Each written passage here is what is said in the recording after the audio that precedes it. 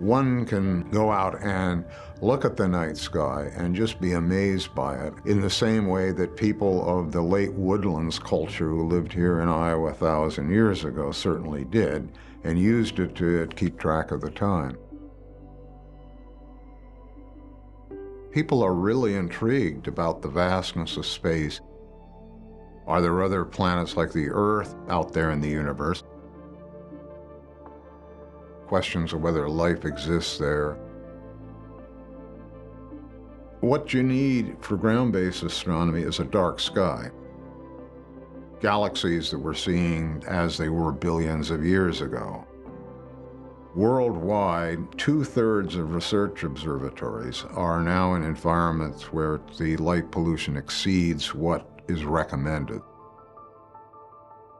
Light pollution has changed our ability to see the night sky. Over the past 20 years, light pollution in Iowa has increased substantially.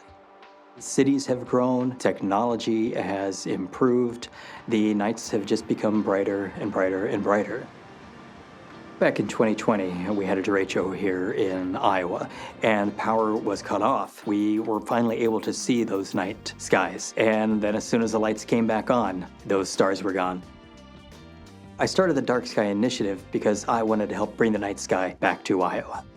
I'm on the board of Iowa Wildlife Federation, and they have taken the Dark Sky Initiative under their wing because dark skies help to protect the habitats of wildlife. Light pollution has had a profound impact on wildlife. It has affected their ability to find food, their ability to understand even when it is night. The impact on migratory birds is really significant. There are cities around the country and around the world that during times of bird migration will actually turn their lights down. Several years ago, the Dark Skies Alliance actually introduced a model lighting ordinance. Ames was one of the first ones in Iowa. They started adding shields to a lot of the streetlights. The old style of streetlights threw a lot of light up into the sky and above the horizontal plane, which was essentially wasted light. So my job as a lighting designer, people pay me to light things at night. So my job is to create those lit environments, but to really minimize the amount of light that's present.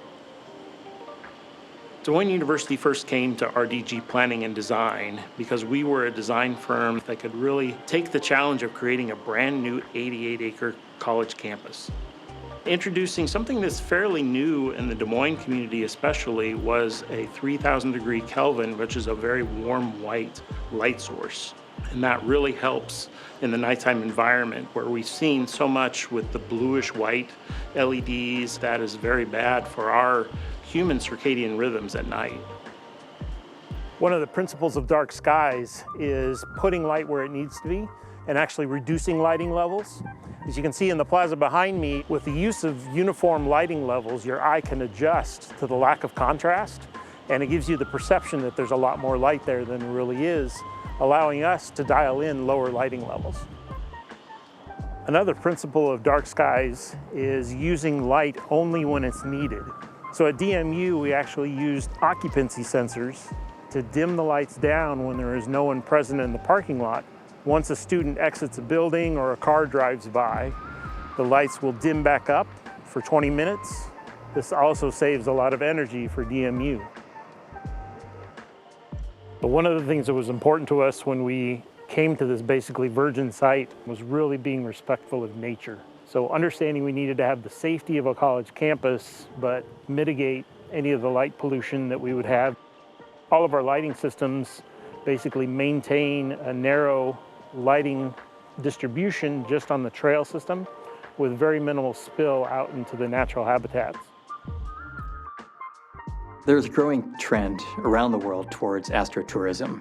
That means that people are traveling to dark sky areas to be able to see the night sky.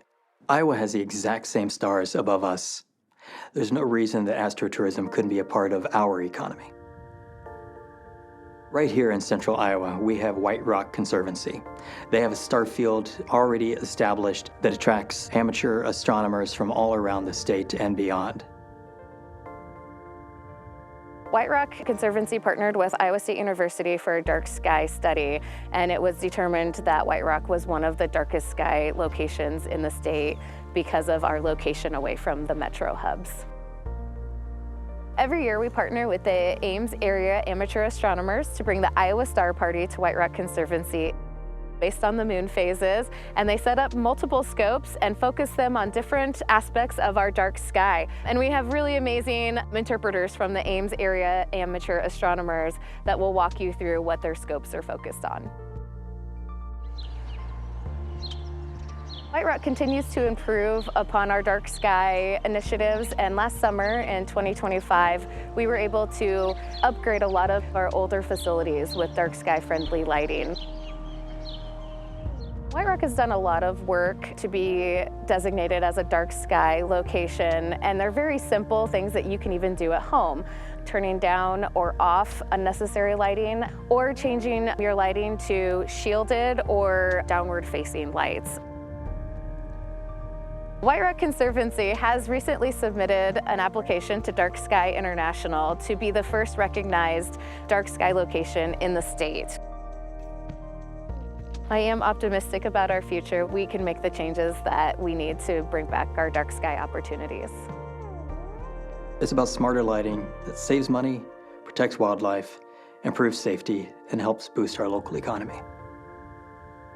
Each of us can be a part of the solution to create a positive change.